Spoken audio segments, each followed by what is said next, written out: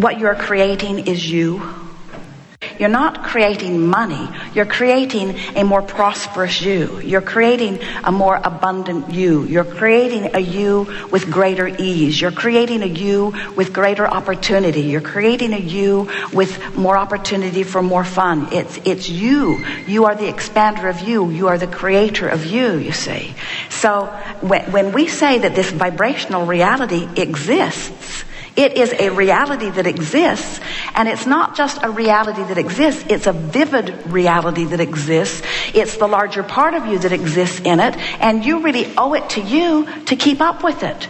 So, but then humans say, no, I need to look at my reality as far as it is manifested. And we say, that's past tense as far as we are concerned.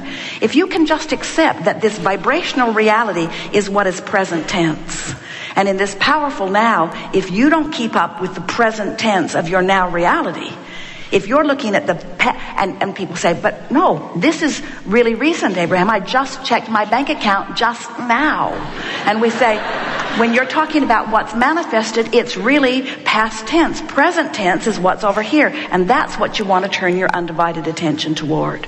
So as you turn your undivided attention toward it, then what you begin doing, you begin affirming. Now this is so important. You begin affirming what's in your vibrational reality, which is the leading edge, most present tense that there is. That's who you really are. That other stuff, that's old news. Hear what we're saying. In other words, you have to practice your vibration. And in other words, if you say, I want more money, but I don't have enough, but I want more money, but I don't have enough, but I want more money, but I really like to have more money, but there isn't enough, or then you just keep going back and forth, and you don't practice any vibration that makes for any difference in your experience. So one of the things that's really interesting that is going on is that as you're exploring life and you're putting your requests for more dollars over here into your vibrational escrow, as your vibrational escrow, which includes more dollars and more of all of the things you want, as it becomes more, your responsibility to remain or become and remain a vibrational match to it becomes more intense. Everything has vibration. There is nothing that does not have vibration. But do you really want piles of money? It's quite a lot of trouble. And do you realize that every time you feel discouraged, or every time you feel afraid, or every time you feel annoyed, every time you have a conversation that there isn't enough, that you are actually practicing a vibration of not enough? Do you know about affirmations? So once you get into your vortex, something like, there are many, many different things.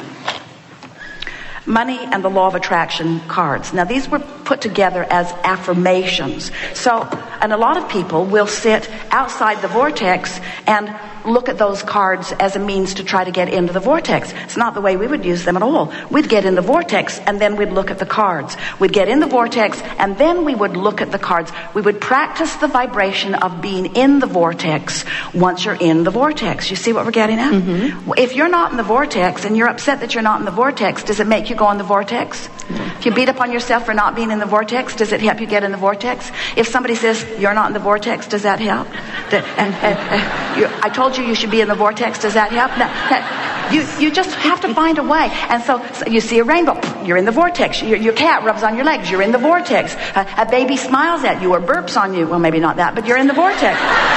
So now you're in the vortex. Now when you realize that you're in the vortex, now do something about practicing the vibration. Why am I in the vortex? What is it about this moment in time? Jerry and Esther are doing this all the time. What is it about this moment in time that feels so good? What is it? Is it the conversation we were having? Is it the thoughts that we were having? Is it something that we're observing? What is it about this moment that feels so good? Milk it, stay there, define it, hold yourself in the vibrational pattern of it. Repeat, read the affirmations from inside the vortex. Take your favorite music into the vortex. In other words, practice the vibration of being in the vortex. And then when the bill comes or the concern comes or I can't do that feeling comes, and you realize that the vortex has spit you out for a moment, now it's much easier for you to get back into the vortex. It's just everything is vibrational, and everything that is vibrational is mental, and everything that is mental is thought, and everything that is thought is energy, and everything that is energy is thought, and everything that's energy is words, and everything that is words is thought, and everything that's thought is vibration. In other words, it doesn't matter what way you use to define it, you are vibrational beings, and you just have to practice the feeling of prosperity. So you imagine going somewhere just because you want to on a whim, and you imagine being there and exploring it and getting to do whatever you want. You find the feeling place of it. When you find the emotion of it, you have nailed the vibration of it. So you just get there and practice it, and get there and practice it. So then, let's say you've been there. You've been, some say, fantasizing. Well, what is fantasizing? By fantasizing or imagining, what we mean by that is focusing upon the now reality of the vibrational vortex of creation. In other words, you're focusing upon the leading edge of thought. Yes, it may not have manifested, but everything that you see that is manifested is first a vibration, and it's a vibrational pattern that is strong enough that it begins then to bring to it all of necessary components, you see. The thing that we want you to hear from us is that when you take a subject like money, that without meaning to, you've practiced quite a bit of lackful vibration. So then when you say, okay, I'm going to bring a subject that I have practiced a lot of lackful vibration about, and I'm going to clean up my vibration about it. And we say, why? And you say, because I need money to have travel. And we say, no, you don't. You just need to not have a resistance that keeps you from the travel that you want. And money is taking you to resistance. The subject of money is almost a sure path to activating resistance. Have you ever been in a department store? Esther remembers it vividly. Found the most beautiful blouse she had ever seen. And when she saw the price tag, she said a very bad word. You would have edited it from the tape.